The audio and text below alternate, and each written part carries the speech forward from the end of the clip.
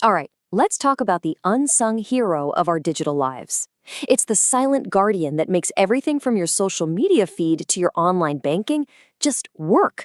We're talking about the Database Management System, or DBMS.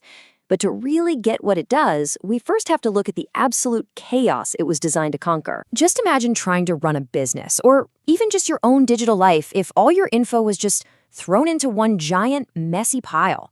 You've got documents, spreadsheets, photos, videos, all scattered, all disconnected.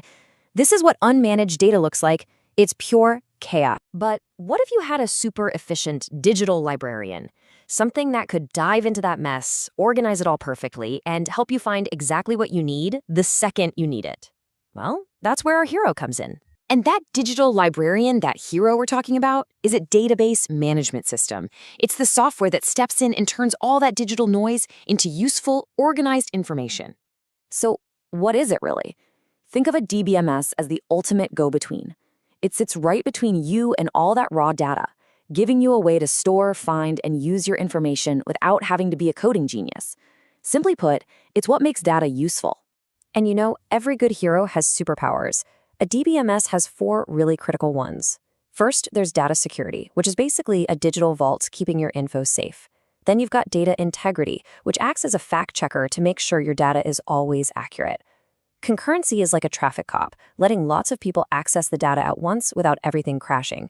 And finally, backup and recovery. That's your safety net, making sure nothing is ever truly gone for good. Now, not all databases are created equal. They pretty much fall into 2 major kingdoms. You have the structured, orderly world of SQL, and then you have the flexible, more chaotic realm of NoSQL. And these 2 kingdoms play by very different rules. SQL databases, which we also call relational, are all about structure. Data is organized into neat tables, kind of like a spreadsheet on steroids.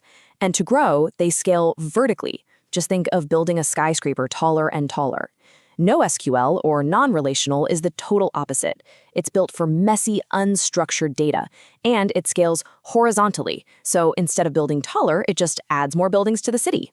The secret to SQL's incredible reliability is something called ACID compliance. Now, that stands for a few technical terms, but what it really means is that transactions are all or nothing. The classic example is a bank transfer, right? For it to work, money has to leave your account and arrive in your friend's account. ACID makes sure that if any part of that fails, the whole thing is canceled. No money just vanishing into thin air. On the other side of the tracks, NoSQL databases are all about flexibility. They're designed to handle massive amounts of different kinds of data. We're talking text, photos, real-time data streams, all without a rigid plan. This is exactly what makes them perfect for modern apps like social media or the Internet of Things. Okay, so that's the theory. But where do these 2 kingdoms actually exist in the real world? The answer is, well, everywhere. They are the silent engines powering the apps and services you rely on every single day. You can see this division of labor pretty clearly.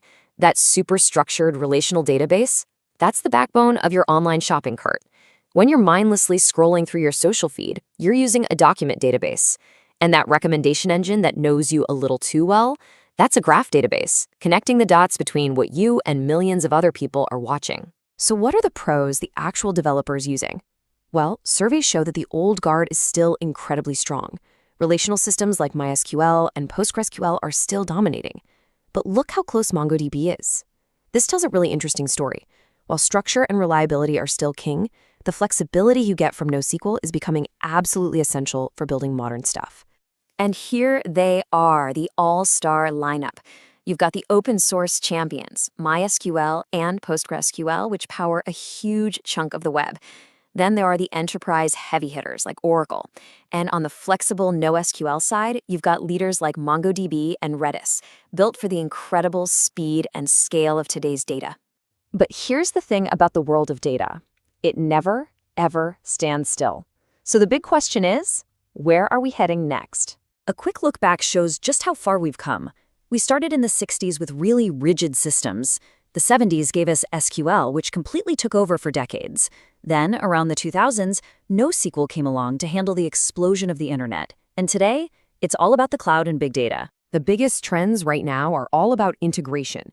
AI and machine learning are being built directly into the databases, helping us automate things and find insights we never could before. And of course, the cloud has just changed the entire game, offering scalability and flexibility that used to be pure science fiction. And if you need just one number to understand this massive shift, here it is, 94%. That's the percentage of businesses that are now using the cloud.